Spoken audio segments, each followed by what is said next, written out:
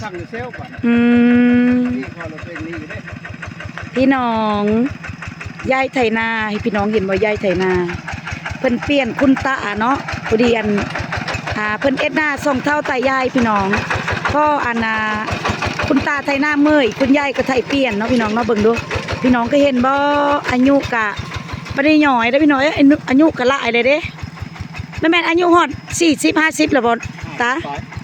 50 ปียังไถนาได้อยู่พี่น้องเอ้ยเก่งลียอมรับเก่งลีเบิ่งนี่อันนี้คุณตาเราจะเฮ็ดค่อยแม่นโอ้ฮักแพงกันเปลี่ยนกันซอยกันเนาะ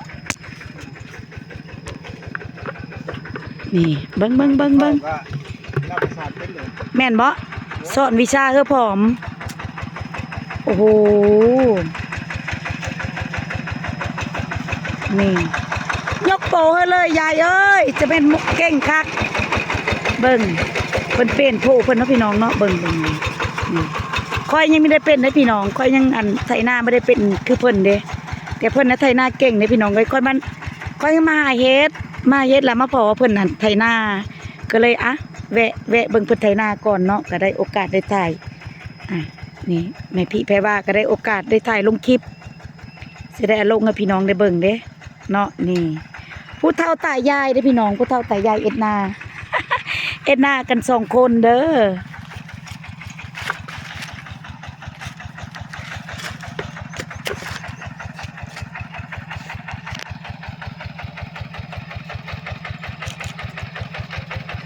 ยายไทยสิแล้วให้เลยเด้อนี่ฮั่นยายไทยสิแล้วให้แล้วยายก็เก่งแท้อัดเกณฑ์คุณตาเปลี่ยนบาดนี้เปลี่ยนกันโอ้แต่ยายฮักแพงกันพี่น้องเนาะเพิ่นฮักแพงกันแล้วเพิ่นกะเวลาคุณตาไถนาเมื่อยเพิ่นก็สิเปลี่ยนเนาะเปลี่ยนแล้วก็บาดนี้พอเพิ่นเปลี่ยนตาไถนาแล้วคุณตาก็สิเปลี่ยนคุณยายคือเก่าพี่น้องสลับไปสลับมาเนาะเห็นบ่ล่ะผู้เฒ่าเอ็ดนาพี่น้องเอ้ยผู้เฒ่าเอ็ดนา2 คนเบิ่งดูตายายเอ็ดนาคุณตาไถนาเมื่อยคุณยายก็เปลี่ยนเนาะพี่น้องเนาะก็หลังจากคุณยายไถแล้วก็คุณตาก็เปลี่ยนเปลี่ยนไปเปลี่ยนมาพี่น้องแต่มีอยู่2 คนเบิ่งดูหักแพงกันซอยเลิกกันเนาะนี่เห็นบ่ค่อยมาเฮ็ดค่อยก็เลยถ่ายเอา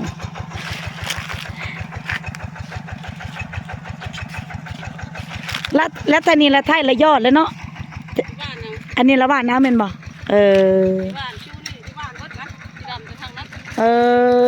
เจ้าละสิดำในทางหลังขึ้นไปเนาะทั้งนี้ละบ้านมดแม่นบ่แต่เก้าแล้วทั้งนี้บ่ได้เอ็ดละมานานี่คือเป็นหน้าเหออ๋อแล้วปีนี้ละยอดเอาว่านเอาดีกว่าใครก็ไม่ได้เอ็ดยายว่านเอายอดเอาเนาะ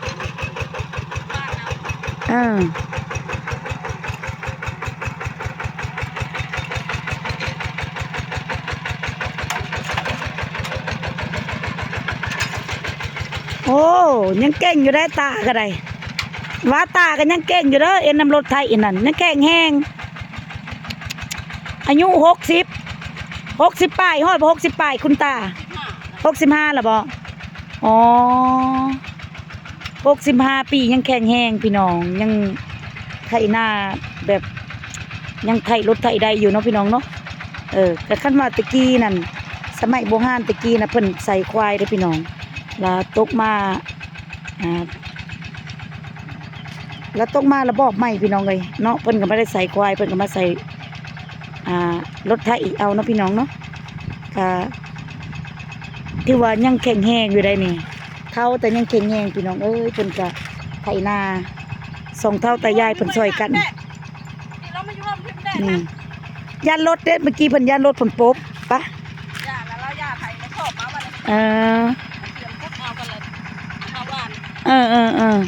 แล้วเฮาสิว่านเฮาขาดก่อนบ่มาไถคืนนี่ไถคืนแล้วเราจะว่านแล้วจะขาดผม อ๋อแปลว่าเฮาไทยรอบนึงแล้วเวลามาไทยอีกรอบนึงอ๋อมันไทยอีก1รอบแล้วจัง ว่านน่ะนี่ ว่านแล้วเฮาจะมาคาดทมอ๋อ ไทยให้หญ้าตายก็ เอออืม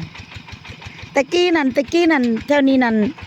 คือตะกี้น่ะเป็นหน้าเหินออกปีกายนี่เนาะเนี่ยเพิ่นบ่ได้เฮ็ดนาได้ปีที่แล้วน่ะ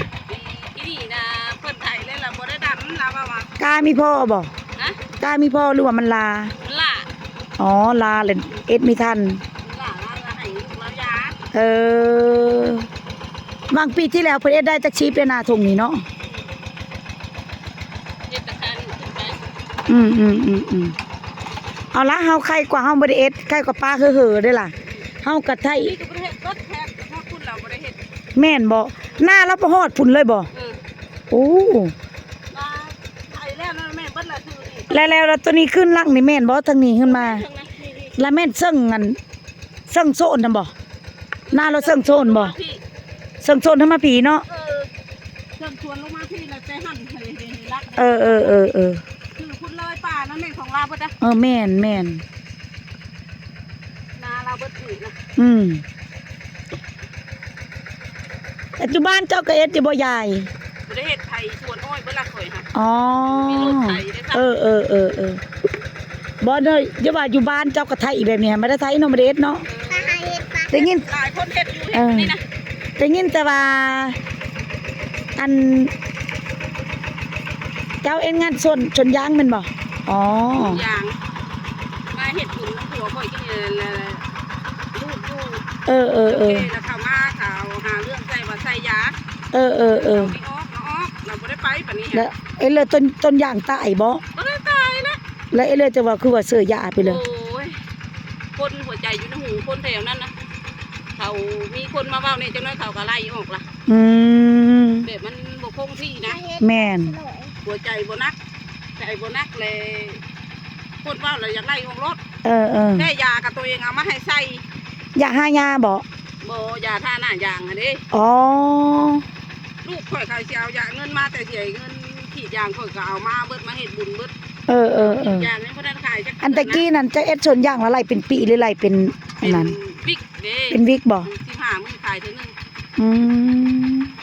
แล้ววันนี้เพิ่นไล่อ้อละพักเอามาเอ็ดหน้าอยู่พี่เนาะ อืม ดีละยายมีเอ็ดหน้าพอได้ข้าวกิน พูดแล้วลูกยังหาให้อยู่ลูกเฮ็ดหาได้ แล้วเอ็ด จ้ะนั่งเทื่อก็ได้ไปเพิ่น อ๋อ เข้ามาเฮ็ดนานี่ เออ เพิ่นเข้าบ่มาก็บ่ได้เฮ็ดบ่ได้ไป คันว่าสมมุติว่าเอ็ดหน้าแล้วล่ะกลับขึ้นเอ็ดชนยางอีแม่นบ่คันได้งาน อืม เออ เขาไล่ให้เป็นปีแม่นบ่ เป็นบิ๊ก เป็นวิก อืม คือไม่ถึงเฮาได้กรีดยางเขาจะได้เงินบ่ยาย เออ อ๋อ 15มื้อนี่ขายเท่านึงค่อยมาเข้าสวนอันนี้แต่ค่อยออกกับลูกก็ไปเฮ็ดกับลาวนี่ เออ ขายเท่านึงนะ15มื้อขายเท่านึงได้11ล้าน โอ้ ปันกับเฒ่าแก่แล้วนะ เออ ได้11ล้าน ต่อปีหรือต่อวิก โตบิ๊ก ต่อวิก ตัว ปีหนึง 15 จิอ๋อ มันหากค่อยเข้าชวนเทศชวนเขาซื้อเขาออกมาแล้วค่อยจึงได้เข้า โอ้ มันฮอดใกล้สิปิดหน้าแล้วค่อยจึงได้เข้านะ เออ วันนี้เทื่อที่2อ่ะพอดีได้10ล้าน จะอยู่หันดนเติบบ่ 3 เดือนแล้วมาค่อยอยู่ฮะ อืม เทื่อที่3ก็ได้8ล้านเทื่อที่4ได้7ล้านลงมาเป็น4นะมันล่ามันบ่ได้ อืมผู้อ้นๆนิดหน่อยนะลูกไซลาเด้เนาะ ลูกไซลาเจ้า แต่ล่ะ11 12ปีได้3อีกคนนี่ล่ะ เออ เห็นขับรถมือมันนั่นตกคันหน้า อืม คอยเลยว่าเอ้าอันคอยบัดชุกคอยไปขี่รถไถเนาะ อืม บัดนี้ละมีอันคนผ่านมาแล้วคอยก็เลยอันควักคือเขาซอยอะนะ อืม บัดนี้คอยละอันเขาเลยซอยอะนะเขาซอยดึงเงินได้อันคอยบอกลุงไก่ว่าจอดซอยลุงไก่ว่าเฮ้ยไอ้เสมยซอยก็ได้ว่าดึงเงินก็ได้ดอก ก็เลยอันโบกไอ้เสมยว่าเอารถนั้นซอยน้องพะแน่ว่าเสมยดึงเงินได้จะก็จะได้มา อืม ยืนเบิ่งกันผู้ดีโซนทางกับผู้ดีนะ อืม เบิ่งเขาเอารถเงินล่ะจะได้พักกับเงินนี่พี่น้องนั่งเสมย